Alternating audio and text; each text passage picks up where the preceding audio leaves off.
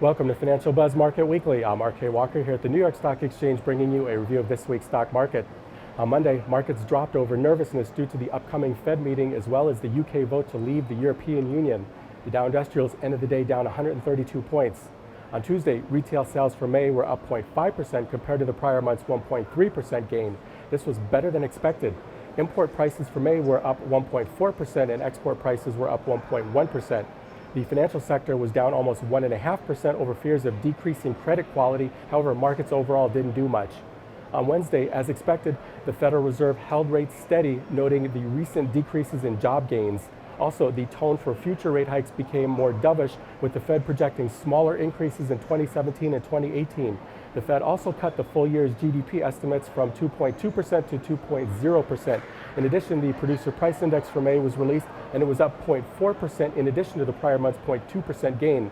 Industrial production for May showed a decrease of 0.4% compared to the prior month's 0.7% gain. Finally, the EIA petroleum status report for the week ending June 10th showed a decline of 900,000 barrels. Markets ended the day down slightly with the Dow Industrials off 34 points.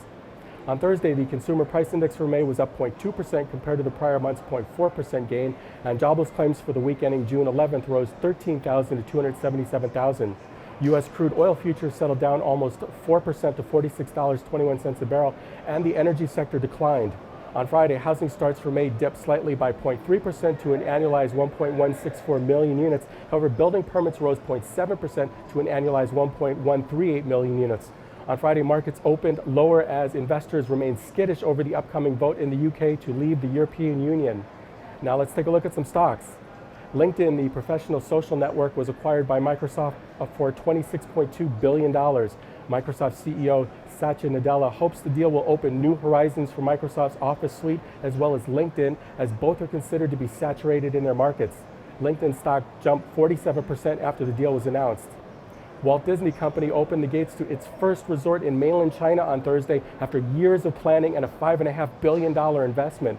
Disney estimates that daily visits could exceed 60,000. The company owns 43% of Shanghai Disney Resort, with the majority controlled by the local government's Shanghai Shendi Group. Shares of Nu Skin Enterprises jumped 10% on heavy volume after the developer and distributor of personal care products announced it entered into an agreement with Ping An ZQ China Growth Opportunity Limited. Ping An will make a $210 million strategic investment by purchasing Nu Skin's 4.75% four-year convertible senior notes.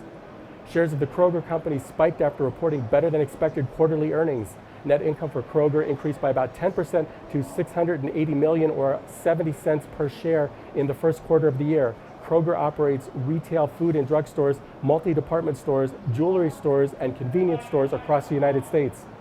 This is Financial Buzz Market Weekly. I'm RK Walker, and I'll see you again next week.